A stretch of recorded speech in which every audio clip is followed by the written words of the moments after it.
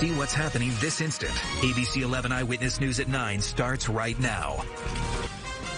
Tracking the tropics, a third named storm forming overnight. Meteorologist Steve Stewart looking at the potential impacts here.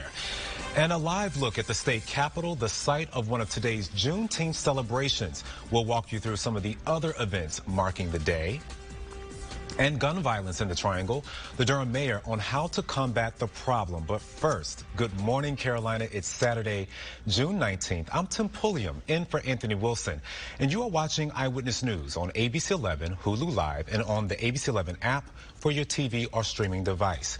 We're going to get to the top stories in just a moment. But first, let's take a live look at the Raleigh skyline. It is going to be a hot one. Stay hydrated. The summer heat is returning today. First, brand new video from the Gulf Coast. Tropical storm Claudette forming overnight, flooding roads in Mississippi, strong winds and bending trees. Meteorologist Steve Stewart keeping a close eye on the storm. Good morning, Steve. Hey, good morning there, Tim. It's coming up in a few minutes, Tim. All right. Thank you, Steve, for that. Today's celebrations across the country for Juneteenth. The new federal holiday marks the day when the last enslaved people received word they were freed by the Emancipation Proclamation. Now, at the state capitol, a community art collaboration commemorating Juneteenth. From now until noon, an artist, Kiara Sanders, will create sidewalk drawings of the Juneteenth flag and portraits of free men and women who made an impact on the state capitol. The first ever Capital City Juneteenth celebration starts at 1 at Dix Park. Governor Cooper is expected to speak there. Also in Wake County, another celebration just south of downtown. The event on Garner Road will be a vendor fair modeled after Tulsa's Black Wall Street. It starts at 2 p.m. The town of Cary will hold its annual celebration at Bond Park. It starts at 1 o'clock at Sertoma Amphitheater. And in Morrisville, there will be an event at the Cedar Fort Community Center on Town Hall Drive from 10 until 2. You can enjoy speakers, food, music, and more. And there will also be a vaccination clinic. The towns of Carborough and Chapel Hill coming together to celebrate Juneteenth. This morning, there will be a historic bike tour starting at Northside Elementary School in Chapel Hill. A community motorcade happens later this afternoon. You can decorate your car and drive through the area's historic black neighborhoods. Then from 6 to 8, black-owned businesses will be in the spotlight. The town of Chapel Hill is encouraging people to head out to downtown to enjoy dinner and live music. Sounds like fun. More information and a full list of Juneteenth events right now on ABC11.com. We are following breaking news. A teenager killed in an overnight shooting. Garner police say someone killed 17-year-old Messiah Pitt on Claymore Drive overnight. They have 2 suspects detained and are looking for 2 more. Nobody has been arrested yet. We'll bring you updates as we get them. That shooting, just another in a violent week in our area. Thursday night in Durham, 4 people were shot and 2 of them killed outside a convenience store on Holloway Street. Just a few hours later, gunfire hurt a woman on Tranquil Road. And in Raleigh, 2 people sent to the hospital after 2 separate shootings Thursday night. This morning, we're diving deeper into the issue. Josh Chapin sitting down with Durham Mayor Steve Schewel about solutions to this violence. Josh Chapin with that report. We also spoke with council member Mark Anthony Middleton, and he said there's no way to police our way out of this. He supports a multifaceted approach, which includes violence interrupters and guaranteed income for our formerly incarcerated neighbors. This morning, the search will continue for 2 missing tubers on the Dan River in Rockingham County. The sheriff says a 7-year-old boy and a 30-year-old woman are still missing. This all started on Wednesday when 9 members of the same family went tubing and went over the Duke Energy Dam. 4 people were rescued Thursday afternoon after clinging to a tube for 20 hours. Crews recovered the bodies of 3 tubers. The sheriff says today's search will include fresh crews from other counties. Honoring our fallen first responders, the event wrapping up today, plus finding good deals where you can find miles of yard sales. And out in the community, Eyewitness News finding out what Juneteenth means to all of you and what work still needs to be done. But first, we say good morning to you, Steve. Good morning there, Tim. Talk about that coming up in the 5-day forecast, Tim. All right. Thank you, Steve, for that. Today, the Carolina Brotherhood Bicycle Riders will wrap up their journey honoring fallen first responders in the Carolinas. The group riding from Asheville to Hillsborough, visiting 24 counties in North and South Carolina. Yesterday, they rode from Southern Pines to Rocky Mount, remembering the lives of those who died in the line of duty. The 301 Endless Yard Sale is coming back today. It's more than 100 miles along Highway 301 across 5 counties from Weldon to Dunn. Plenty of sales packed with all kinds of items. You can find the latest deals until 5 p.m. Well, a massive house fire at a home under construction, crews working to protect other homes in the neighborhood, and urging vaccinations. Governor Cooper's message to the state and warning about a new COVID-19 variant. And $1 million incentive. The I-Team looking at vaccination trends after the governor's lottery announcement. This morning, we're working to learn what started this house fire in Cary. Take a look at this. Drone video from Tyler Schapp shows the intensity of the fire as flames tear through the home under construction. Firefighters working to knock it down as embers rained down. Neighbors were very willing to help, direct units to where the fires were, to spot fires. They pulled several hair lines to access. They were even able to access the site from the neighborhood. It was that close. But luckily, nobody's houses were damaged and nobody got hurt. Good news there. It took firefighters 45 minutes to get the flames under control. In the race to vaccinate, Governor Cooper touring a clinic at the Johnston County Health Department. The governor reminding people they can win $1 million if they get the vaccine. Now, he admits the lottery is not having much of an impact on vaccination numbers, but the governor says they are doing what they can to get more people vaccinated. We have almost 2.5 million adults who are not yet vaccinated. And we are seeing across the country a Delta variant of COVID-19 that is more dangerous and more contagious, if you can believe that. And it's passing mostly through unvaccinated people. I like that tie, Governor. Well, right now, 55% of adults in North Carolina are partially vaccinated, and 51% are fully vaccinated against COVID-19. State health officials say we'll get a better idea of the impact the lottery is having next week. So far at the county level, some of our top counties did report an increase in the number of people partially vaccinated last week, including some of the counties with the lowest vaccination rates. Now, the governor's lottery announcement came at the end of the week. Many local health officials remain hopeful the incentive will pay off in the coming. It's just another tool in the toolbox to try to help and motivate or incentivize individuals to choose to get vaccinated. I think we're excited to have yet again another opportunity and tool that individuals who do that. The first lottery drawing is next Wednesday, and new this morning, a special first pitch at the Washington Nationals game. Capitol Police Officer Eugene Goodman getting the honor last night. You may remember Goodman lured rioters away from the unguarded chambers during the riots at the U.S. Capitol in January. His pitch coming up a bit short, but he was all smiles at the mound. Well, let's talk weather now. Steve, it is a hot one today. A high of like 95 degrees and rain tomorrow due to this tropical storm. Right, yeah, really hot today. Humidity values are going right. ABC 11 celebrates 2021 graduates. Emily earning her master's in kinesiology. That is the study of the body's movement. She's graduating from George Mason University. Congrats, Emily. Celebrating Juneteenth, many of you already observing the new federal holiday. A look at how some of your neighbors are honoring the significance of the day.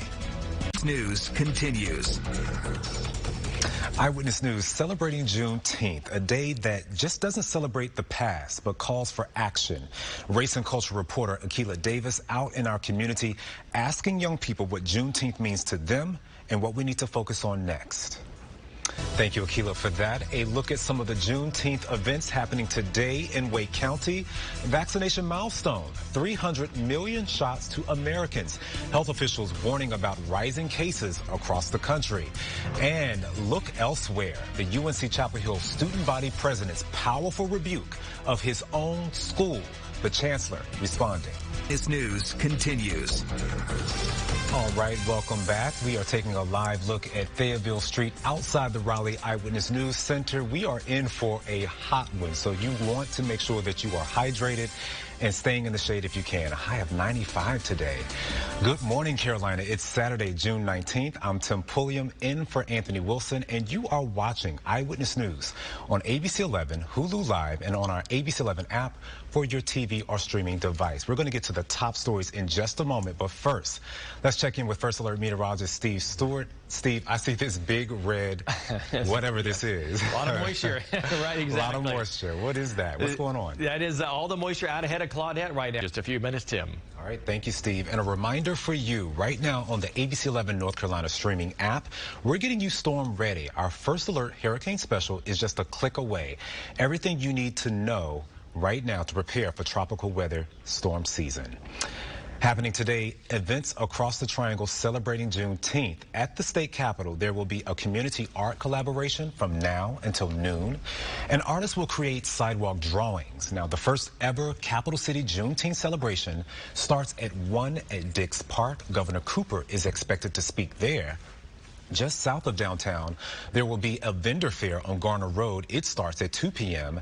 There's a walking history tour of Raleigh's historic Mount Hope Cemetery. Many of the people buried on those 33 acres were once enslaved and paved the way for African Americans in Raleigh. That tour starts at 10 a.m.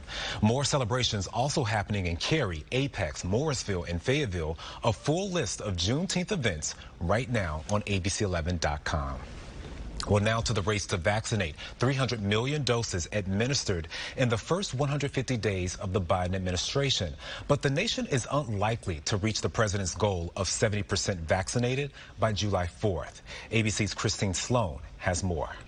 And now to the Sand Hills. Fayetteville police looking for a man they say is armed and dangerous. Norman Helton is wanted in connection with an attempted carjacking earlier this week. Now police say he is linked to at least 22 motor vehicle thefts in the Fayetteville area. Detectives recovering all but 4 vehicles. They say Helton was last seen in a red 4-door Chevy Silverado. Authorities say he has been targeting businesses where customers leave their unattended vehicle running.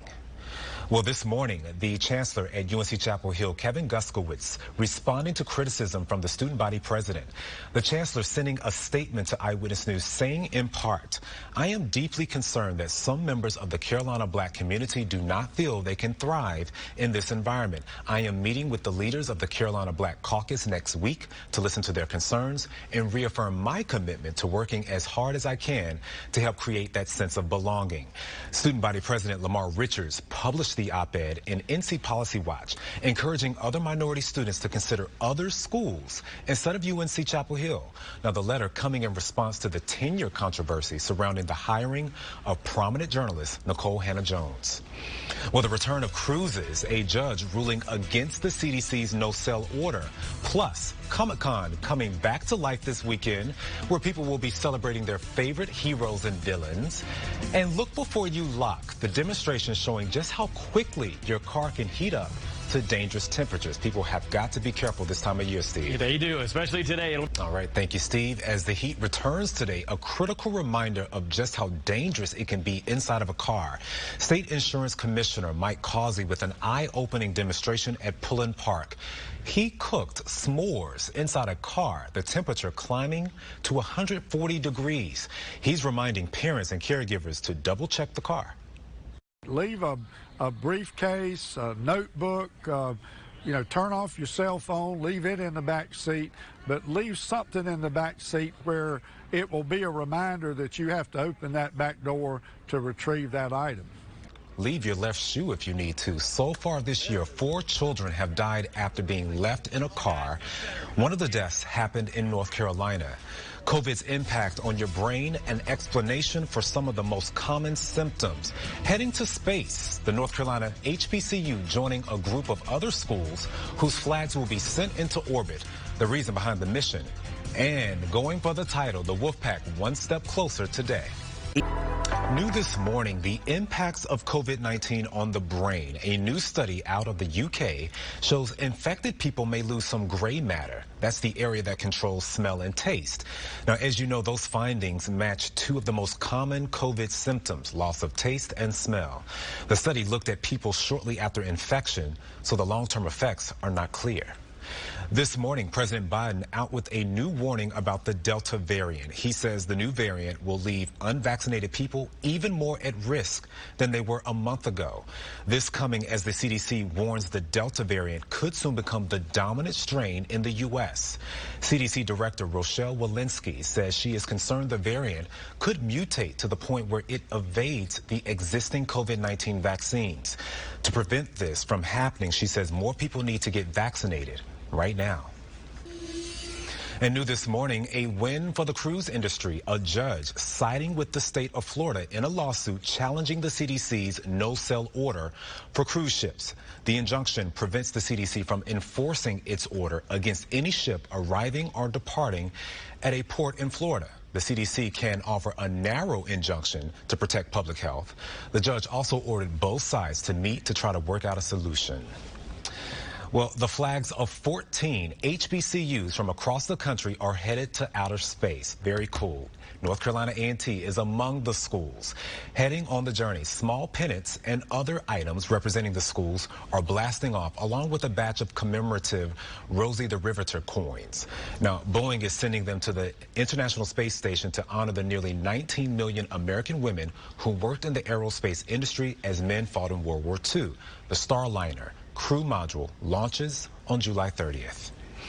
Happening today, you can cheer on the NC State Wolfpack baseball team in the College World Series.